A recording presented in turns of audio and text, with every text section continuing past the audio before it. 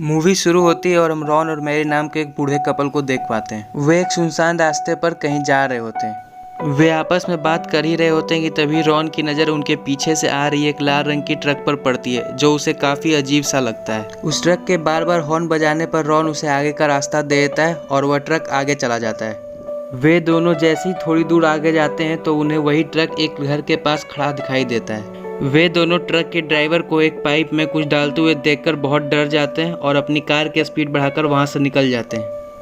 उनकी थोड़ी दूर जाते ही वह लाल ट्रक वापस से उनके पीछे पड़ जाता है। रॉन उससे बचने के लिए अपनी कार को एक कच्ची सड़क की तरफ मोड़ देता है। जैसे ही वो दोनों वहां से निकल उनकी नज़र वही ट्रक पर पड़ती है जिसका ड्राइवर नंबर प्लेट चेंज कर रहा होता है। यह सब देखकर रॉन पुलिस को कॉल करने के बारे में सोचकर वापस उस घर की तरफ चला जाता है जहां उसने ड्राइवर को कुछ फेंकते हुए देखा था पाइप में।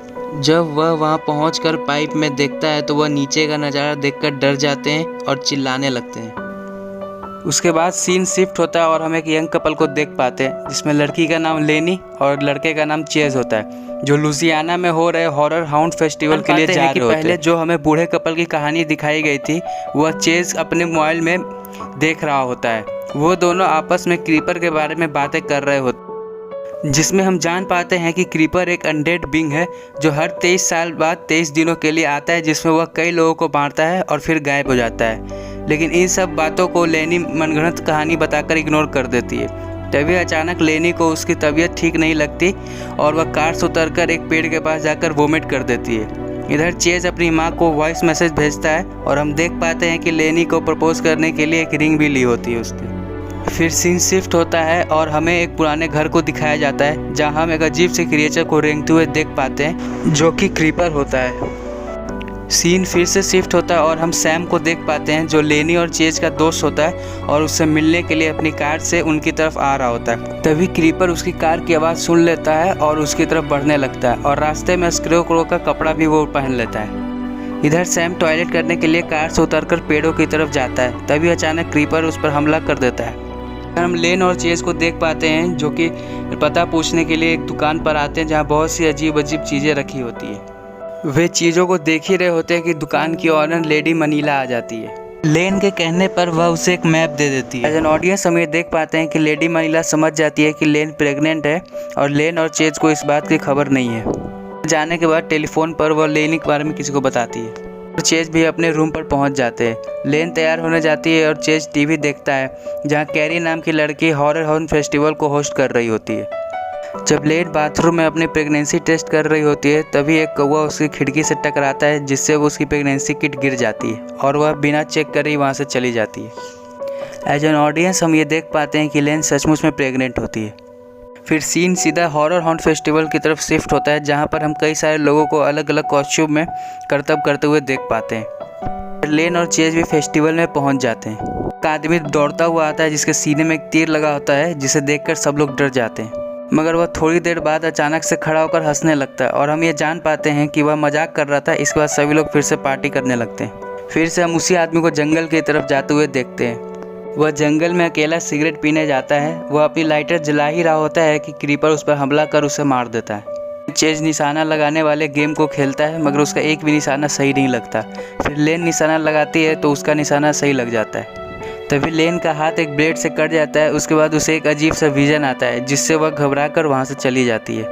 हम कैरी और माइकल को देख पाते हैं। माइकल एक कैमरामैन होता है और हम ये नोटिस कर पाते हैं कि लेडी मनीला सारे चिट्स जिस पर लोगों के नाम लिखे होते हैं उससे बदलकर नए चिट्स जिसमें सिर्फ लेन के नाम होता है वह डाल देती है। उसके बाद हम कैरी को स्टेज पर देख पाते हैं जो बताती है कि जीतने वाले 2 लोगों को बार्नवेट हाउस भेजा जाएगा। मनीला आती है और वह जानबूझकर लेन को विनर बताती है। फिर सीन शिफ्ट होता है और हम लेन, चेज, कैरी, जेमी जो कि शो का प्रोड्यूसर होता है, माइकल और कार के ड्राइवर स्टू को वहाँ से बार्नवेट हाउस की तरफ जाते हुए देख पाते हैं।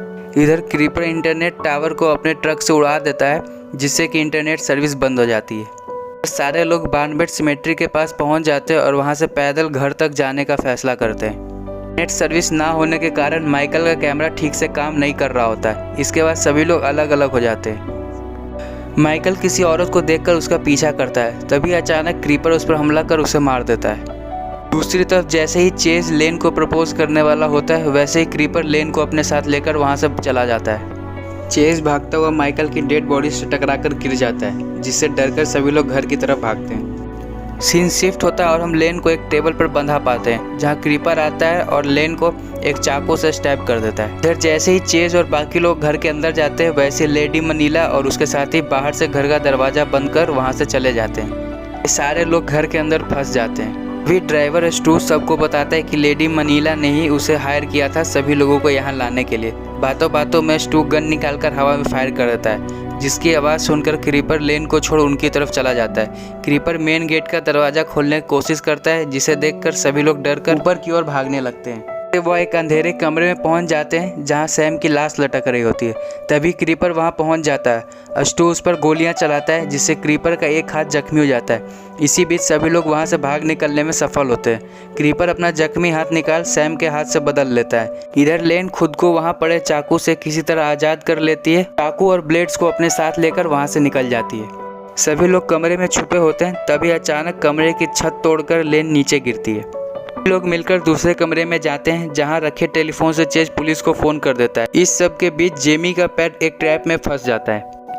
उसे ट्रैप से किसी तरह छुड़ाकर क्रीपर के आने से पहले वे लोग वहां से भाग जाते हैं। वे सभी सीढ़ी पर बैठे होते हैं कि तभी क्रीपर दरवाज़ा तोड़ देता है और हमला कर कैरी को मार देता है। सभी लोग बचकर एक कमरे में जाते हैं, जहां उन्हें ब्लैक मैजिक का बहुत सारा सामान दिखाई देता है। यहाँ पर लेन चेज को बताती है कि वह प्रेग्नेंट है और वह उससे शादी करना चाहती है। इसके बाद हम बहुत सारे न्यूज़पेपर कटिंग्स को देख पाते हैं, जहां हम बूढ़े कपल रॉन और मैरी की भी तस्वीर देख पाते हैं, जिन्हें हमने मूवी की शुरुआत में देखा था। क्रीपर को मारने के लिए फर्स्ट फ्लोर पर जाते हैं और वहाँ क्रीपर से फाइट में जेमी मारा जाता है और स्टू खुद को किसी तरह बचाकर नीचे की ओर भागता है। क्रीपर भी उसके पीछे पीछे नीचे आ जाता है, जहां लेनी उसे अपनी तरफ आने के लिए आकर्षित करती है। क्रीपर भी लेनी को मारने के लिए उसकी तरफ बढ़ता है। तभी स्टू और चेज घर की छत पर जाकर ऊपर लगे नुकीले हिस्से को निकालने की कोशिश करते हैं। इधर लेन खुद को किसी तरह क्रीपर के चंगुल से छुड़ा लेती है ऊपर से। तभी स्टू और चेज नुकीले हिस्से को क्रीपर के ऊपर गिराकर उसे मार देते हैं। क्रीपर के मरते ही वहाँ बहुत सारे कौवे आ जाते हैं, जिसके कारण स्टू का बैलेंस बिगड़ जाता है और घर की छत से गिरकर वह भी मारा जाता है। सिर्फ चेज और लेन बचते हैं, जिसे पुलिस आकर रेस्क्यू कर लेती है। मूवी की एंड सीन में हमें दिखाया जाता है कि क्रीपर अभी भी जिंदा है और इसी के साथ मूवी खत्म हो जाती है।